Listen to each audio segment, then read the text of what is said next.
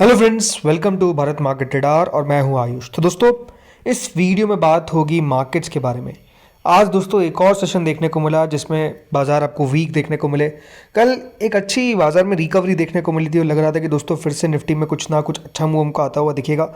लेकिन आज फिर दोस्तों सिचुएशन सेम ही देखने को मिली, जिसमें मार्केट्स में आपको सिर्फ एक चीज़ देखने को मिली और वो है दोस्तों गिरावट।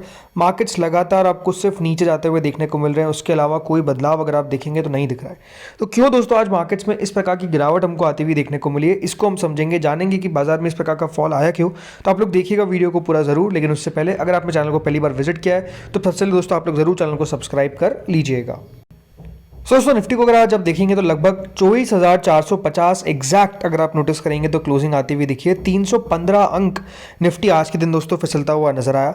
इस पूरे हफ्ते के अंदर दोस्तों क्या हुआ है, इस पूरे हफ्ते के अंदर बाजार लगभग 1.76% आपको फॉल होता हुआ दिखा है, जो दोस्तों हम 25,000 के ऊपर लगभग कारोबार करते हुए नजर आते थे। अब आप देखेंगे तो मार्केट्स में 24,000 की जो रेंज है वो बाजार ने पकड़ ली है। 24,450 पे दोस्तों आज निफ्टी बंद होता हुआ दिखा है। और ओवरऑल जिस तरीके से मूव दोस्तों आते हुए दिख रहे हैं, ये बात क्लियर है कि अपने आप पे दोस्तों मार्केट में अभी भी जो पेन है, जो डर है, वो क्लियरली नजर आ रहा है। इसीलिए आज भी आप देखिए मार्केट्स खुले नीचे ही खुलने वाले थे, बट बाजार दिन के दौरान दोस्तों कहीं भी स्ट्रेंथ जो है वो दिखाता हुआ नजर नहीं आया। बल्कि आज के दिन दोस्तों देखिए निफ्टी का जो लो है वो 24,415 का है और निफ्टी अगर 24,450 पे बंद हो रहा है तो बिल्कुल दिन के निचले स्तर पर जाकर आप कह सकते हैं इसकी क्लोजिंग आती हुई दिख रही है। निफ्टी बैंक और ज्यादा कमजोर था, जितना दोस्तों निफ्टी कमजोर नहीं था उससे ज्यादा निफ्टी बैंक कमजोर था। तो आप समझिए जहां पे पहले ओवरऑल मार्केट एक स्ट्रेंथ दिखाता था, बैंक निफ्टी जो बढ़िया कर रहा था, इस हफ्ते के अंदर बैंक निफ्टी लगभग 4% दोस्तों करेक्ट होता हुआ दिखा है। यानी ओवरऑल जो गिरावट हमको बैंक निफ्टी में देखने को नहीं मिल रही थी या फिर जो स्ट्रेंथ थी वो स्ट्रेंथ दोस्तों गिव अप करता हुआ दिख रहा है। लगभग 3.86% याद रखिए फॉल करता हुआ दिख गया है इन 5 दिनों के अंदर। तो यहां पर भी आप कह सकते हैं काफी बड़ी दिक्कत देखने को मिली। इसके अलावा अगर मैं बात करता हूं एडवांस डिक्लाइन रेशियो की, तो आज के दिन एडवांसेस और डिक्लाइन में आप कह सकते हैं बहुत अंतर नहीं है। 1317 शेयर है एडवांसेस के तौर पर, 1800 शेयर्स है लगभग डिक्लाइन के तौर पर। तो ओवरऑल ये कह सकते हैं कि उतना खराब नहीं दिखा जितना निफ्टी गिरा, बट स्टिल पेन तो है ही। सबसे दोस्तों आज कहां पर हमको तेजी आती हुई दिखने को मिली, कोई डाउट ही नहीं है, वो है दोस्तों वॉलेटिलिटी इंडेक्स। फिर से आज आप देखिए 11% से ज्यादा बढ़ता हुआ देखने को मिल गया। तो मार्केट्स में हमेशा एक बात ध्यान रखिए, जब भी विक्स बढ़ेगा, हमेशा ये बात ध्यान रखिए, अगर विक्स बढ़ता हुआ दिख रहा है इसका मतलब मार्केट के अंदर दोस्तों डर है, मार्केट के अंदर आप कह सकते हैं फियर है। किसको लेकर? वॉलेटिलिटी को लेकर, जिस तरीके से ग्लोबल इवेंट्स आपको घटते हुए देखने को मिल रहे हैं। अब दोस्तों देखिए, जब भी मार्केट गिरता है तो बहुत सारे रीजंस होते हैं मार्केट के गिरने के, राइट। आज की गिरावट आई है तो इसमें भी बहुत सारे रीजंस है। तो ओवरऑल दोस्तों जो गिरावट है उससे आप समझिए 3 लाख करोड़ जो है वो मार्केट्स के आज चले गए। कितने चले गए? 3 लाख करोड़। और 6 मेजर रीजंस है जो दोस्तों याद रखिएगा फॉल के पीछे। लेकिन मैं सबसे पहले मेजर रीजन के बारे में बात करूंगा कि कौन सा वो मेजर रीजन था जिसके कारण मार्केट आज फॉल करता हुआ दिखा है। तो जो फर्स्ट और फोरमोस्ट रीजन है और जो सबसे बड़ा रीजन है दोस्तों गिरावट का, वो है कच्चा तेल, ब्रेंट क्रूड और WTI क्रूड। ब्रेंट क्रूड का दोस्तों आप भाव देखिए अब कितना हो चुका है, $87। आज के दिन 2% दोस्तों कच्चा तेल बढ़ता हुआ दिख रहा है। ब्रेंट क्रूड की मैं बात कर रहा हूँ, इसका मतलब ये है कि $85 के ऊपर तो आंकड़ा निकल ही गया है, लेकिन अब दोस्तों 85 के ऊपर भी इजीली सस्टेन कर रहा है और $87 के आसपास दोस्तों कच्चे तेल का आंकड़ा आपको आता हुआ दिख रहा है। और अमेरिकन क्रूड यानी WTI क्रूड की अगर बात करता हूँ तो वो भी दोस्तों $85 के बहुत नज़दीक अब हमको जाता हुआ दिख रहा है। अगर आज अमेरिकन मार्केट्स में वीकनेस देखने को मिलती है तो बहुत चांसेस है कि दोस्तों उसका रीज़न रहेगा WTI क्रूड, जो लगभग आपको $85 भी हो सकता है टच करता हुआ देखने को मिल जाए। सबसे बड़ा रीजन है दोस्तों मार्केट के डर का, वो है दोस्तों WTI क्रूड और ब्रेंट क्रूड का बनना। इस पे दोस्तों एक कतर ने रिपोर्ट निकाली और कतर ने तो ये भी कहा है कि अगर इसी तरीके से मिडिल ईस्ट का ये जो पूरा कॉन्फ्लिक्ट है वो चलता रहा तो आप कुछ ही दिनों के अंदर कच्चे तेल को $150 हिट होता हुआ दिखेंगे। कितना? $150 पर बैरल। याद रखिएगा कतर ने वार्न कर दिया है कि अगर ये वॉर कंटिन्यू रहा तो इसमें कोई बड़ी बात नहीं कि आप कच्चे तेल को $150 तक जाते हुए देखेंगे अगर ये कॉन्फ्लिक्ट लगातार इंटेंसिफाई होता रहा। और ये रीज़न क्या है? रीज़न दोस्तों ये नहीं है कि कच्चा तेल की कमी होती हुई दिख गई है। कच्चा तेल का जो सप्लाई है वो तो दोस्तों अभी भी काफ़ी अच्छा है, बट सप्लाई है लेकिन वो पहुंच नहीं पा रहा है दूसरे देशों तक। ये बात ध्यान रखिए, प्रॉब्लम है।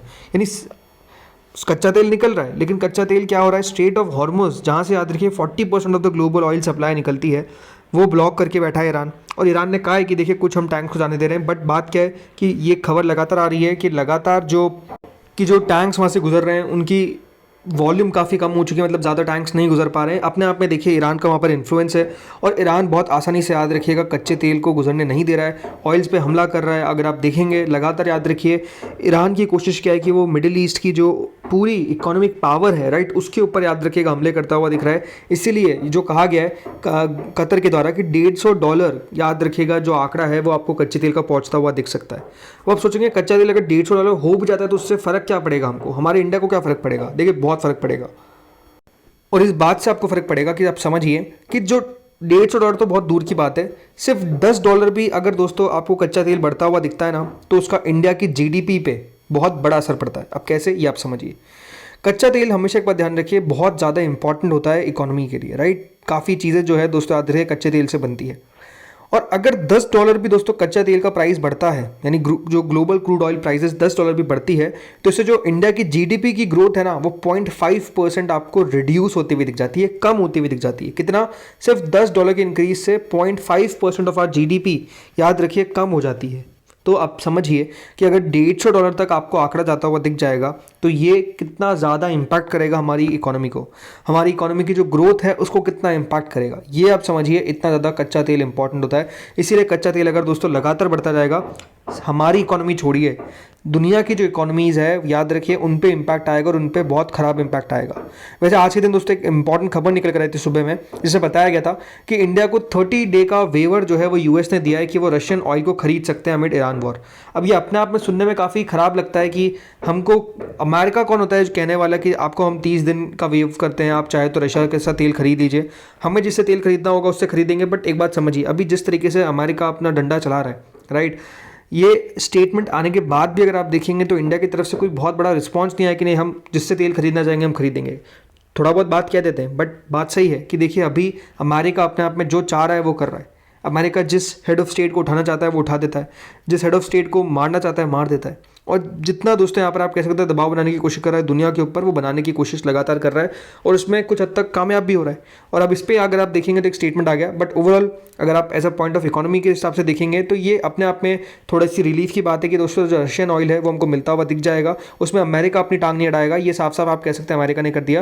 ये जो उनके यूएस ट्रेजरी सेक्रेटरी है स्कॉट बेसेंट, उनके द्वारा, याद रखिएगा, अनाउंसमेंट किया गया कि हम इंडिया रिफाइनर्स को परचेस करने देंगे रशियन ऑयल, एक 30 दिन का वेवर दे रहे हैं। मैंने कल भी, याद रखिएगा, आपको एक बात कही थी कि अगर इस युद्ध से किसी को सबसे बड़ा फायदा होता हुआ दिख रहा है तो वो रशिया है। क्यों? बिकॉज रशिया का दोस्तों फिर से तेल अगर आप देखेंगे तो बहना शुरू हो जाएगा। उसके पीछे का रीज़न क्लियर है। अगर दोस्तों आप समझिए कि ईरान अपना तेल नहीं बेचने दे रहा है, माफ़ कीजिएगा, ईरान क्या, स्ट्रेट ऑफ हॉर्मुज़ से तेल नहीं जाने दे रहा है ईरान, तो कहाँ से तेल, कहीं ना कहीं से तो तेल को खरीदना पड़ेगा। तो एक्जैक्टली दोस्तों उसके पीछे क्लियरली अब रशिया भी, आप कह सकते हैं, यहाँ पर काम करता हुआ दिखेगा। वो अपना तेल बेचेगा और उसको रोकेगा कौन? बल्कि अमेरिका, याद रखिए, सपोर्ट करता हुआ दिख रहा है। तो ये आप समझिए, इस तरीके से अब वापस से आपको पूरा गेम पलटता हुआ दिख रहा है। लेकिन अब दूसरे पॉइंट पे आते हैं। पहला पॉइंट तो हमने समझ लिया, डिस्कस कर लिया, लेकिन दूसरा पॉइंट क्या है? दूसरा पॉइंट दोस्तों ये है कि अभी भी वॉर जो है वो इंटेंसिफाई हो रहा है। खबर दोस्तों ये निकल कर आई कि अजरबैजान ने अपने डिप्लोमेट्स जो है वो ईरान से विड्रॉ कर लिए, क्योंकि कल अजरबैजान पे, याद रखिएगा, हमला हो गया था। लगातार खबर निकल कर आ रही है कि यहाँ पर फिर से हमले जो है वो हमको देखने को मिल रहे हैं। लगातार इजराइल हमले कर रहा है, रुक नहीं रहा है। तो आई थिंक जब तक देखिए दोनों तरफ से कॉन्फ्लिक्ट नहीं रुकेगा तब तक अपने आप में दिक्कत रहेगी। और अब ऐसा लग नहीं रहा है कि देखिए दोनों रोकने के पक्ष में लग रहे हैं। लगातार ऐसी खबर निकल कर आती है कि भैया ये कह रहा है कि हम वॉर रोक देंगे, या ये कह रहा है कि वॉर रोक देंगे, लेकिन हो कह रहा है, रुक नहीं रहा है। अभी तक दोस्तों जो वॉर है वो आपको बढ़ता हुआ देखने को मिल रहा है। और जैसे मैंने कहा, उसका इम्पैक्ट सीधा सीधा अब देखिए कच्चे तेल पर आ रहा है। कच्चा तेल, याद रखिए, जिस दिन तेज़ी से गिरना चालू हो जाएगा उस दिन आप समझ जाइए कि युद्ध में आपको बहुत कमी देखने को मिल गई है। लेकिन अभी लगातार वो बढ़ रहा है और ये अपने आप में मार्केट्स के लिए एक बहुत बड़ी प्रॉब्लम चीज़ बन चुकी है। थोड़ा सा दोस्तों अगर हम बात करते हैं ग्लोबल मार्केट्स के बारे में, तो आप देखिए आज के दिन जो मार्केट्स है ग्लोबली, जैसे जर्मनी का मार्केट लगभग 0.14% नीचे है, फुट्सी में थोड़ी सी गिरावट देखने को मिल रही है, फ्रांस में थोड़ी सी गिरावट है, यूरो स्टॉक एक्सचेंज में आपको गिरावट देखने को मिलेगी ½ % की। आज के दिन दोस्तों ओवरऑल जो एशियन मार्केट्स थे वहाँ पर उस तरीके से ख़राब मूव आपको देखने को नहीं मिला, जिसमें अगर आप ओवरऑल जापान के मार्केट देखेंगे तो लगभग दोस्तों 0.63% बढ़ते हुए दिखे। शंघाई यानी जो चाइना का मार्केट है वो बढ़ता हुआ दिख गया। हैंगसेंग में आपको तेज़ी देखने को मिली मोर देन 1% की। ताइवान बढ़ता हुआ दिखा, कॉस्पाई बढ़ता हुआ दिखा इन साउथ कोरिया का मार्केट। तो एशियन मार्केट्स में दोस्तों तेज़ी थी, लेकिन हमारे समय में आते आते जो एशिया का हाल है वो भी बेहाल हो गया और इस तरीके की गिरावट देखने को मिल गई। अभी अगर मैं फ्यूचर्स की बात करता हूँ तो देखिए अमेरिकन फ्यूचर्स में US30 लगभग 0.19% नीचे है, 500 के आसपास में 0.33% की गिरावट है। टेक यानी नस्डैक वही यहाँ पर भी 0.41% की गिरावट है। बाकी जगह भी अगर आप देखेंगे तो गिरावट ही है। तो ओवरऑल वर्ल्ड इंडाइसेस भी अगर अभी आप देखेंगे तो मेजरली फॉल ही आ रहा है, वहाँ पर कोई बड़ा अपमूव देखने को नहीं मिल रहा है और सब अभी कमज़ोरी के साथ ही कारोबार करते हुए दिख रहे हैं। लेकिन मार्केट्स के लिए कल भी आपको ने कहा था कि बहुत इंपॉर्टेंट है कि एफआई का पैसा भी आए। कल के दिन भी दोस्तों क्या हुआ, एफआईज लगातार जिस तरीके से बेच रहे हैं वो अब बढ़ता ही जा रहा है। कल के दिन आप देखिए लगभग 3,752 करोड़ की सेलिंग कर दी। टोटल मिलाकर अभी तक सिर्फ 3 दिन बीते हैं इस मंथ के, और उस 3 दिनों के अंदर 15,800 करोड़ रुपए की बिकवाली कर दी गई है एफआईज के द्वारा। आज के दिन का आंकड़ा अलग आएगा और वो भी मान के चलिए बिकवाली ही देखने को मिलेगा। तो प्रॉब्लम बहुत सारी नज़र आ रही है दोस्तों हमारे शेयर बाज़ार के लिए। कच्चा तेल बढ़ रहा है तो उसका असर क्या याद रखिए कहाँ पड़ रहा है, हमारे रुपए पे। आज के दिन भी रुपये को अगर आप नोटिस करेंगे तो फिर से वही आपको कमज़ोरी देखने को मिल गई। ज़रूर अभी 92 के नीचे है, बट एक बार ध्यान रखिए मूडीज़ की रिपोर्ट है जिसमें बताया गया है कि क्लियरली अगर जो इंडिया का रुपी है और इन्फ्लेशन जो है वो बड़ा रिस्क अब बन चुका है, क्योंकि मिडिल ईस्ट की जो एनर्जी डिसरप्शन है वो बहुत बड़ी प्रॉब्लम हो सकती है भारत के लिए। क्योंकि होगा क्या कि इससे प्रेशर आपको आता हुआ देखने को मिलेगा रुपए पे, इन्फ्लेशन बढ़ता हुआ दिखेगा और इंडिया का जो करंट अकाउंट डेफिसिट है वो भी आपको एस्केलेट होता हुआ दिख सकता है अगर लगातार जो एनर्जी प्राइजेज है वो बढ़ती रही। ये आप समझिए हम उस बड़े एशियन रीजन में आते हैं और मतलब बड़ी इकोनॉमी में आते हैं एशिया के अंदर जो कच्चा तेल और एलएनजी लगातार याद रखिए इंपोर्ट करता है। हम इंपोर्टर हैं याद रखें इनके। और इससे होगा क्या, अगर प्राइसेस आपको बढ़ती हुई दिख जाएगी और जो बताया जा रहा है कि $100 का आंकड़ा तो हमको बहुत जल्द आता हुआ दिख सकता है, तो उससे ऑब्वियस सी बात है दोस्तों जो प्रॉब्लम है वो आपको काफ़ी बढ़ती हुई दिखेगी। और प्रॉब्लम बढ़ेगी तो होगा क्या, हमारे देश की इकोनॉमी, हमारे देश की ग्रोथ और हमारा रुपया एंड सबसे इंपॉर्टेंट महंगाई, राइट, इन सब पे आपको खतरा आता हुआ देखने को मिल जाएगा। तो अब यहाँ पर देखते हैं होता क्या है। बाकी अमेरिकन मार्केट्स पे देखिए नज़र रखनी पड़ेगी। ओवरऑल सिचुएशन थोड़ी सी दोस्तों ख़राब है और निफ्टी अब बहुत क्रूशियल लेवल्स पे आपको फिर आता हुआ दिख रहा है।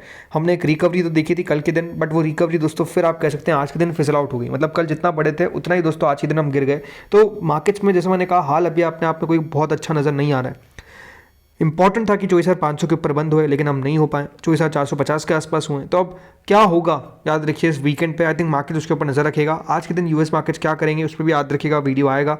तो आप लोग चैनल को सब्सक्राइब करके रखिए। इस वीडियो में इतना ही था। अगर आपको अच्छा लगा हो तो प्लीज़ लाइक करिएगा, चैनल को सब्सक्राइब करिएगा। मिलते हैं अगले वीडियो में, तब तक के लिए बाय बाय।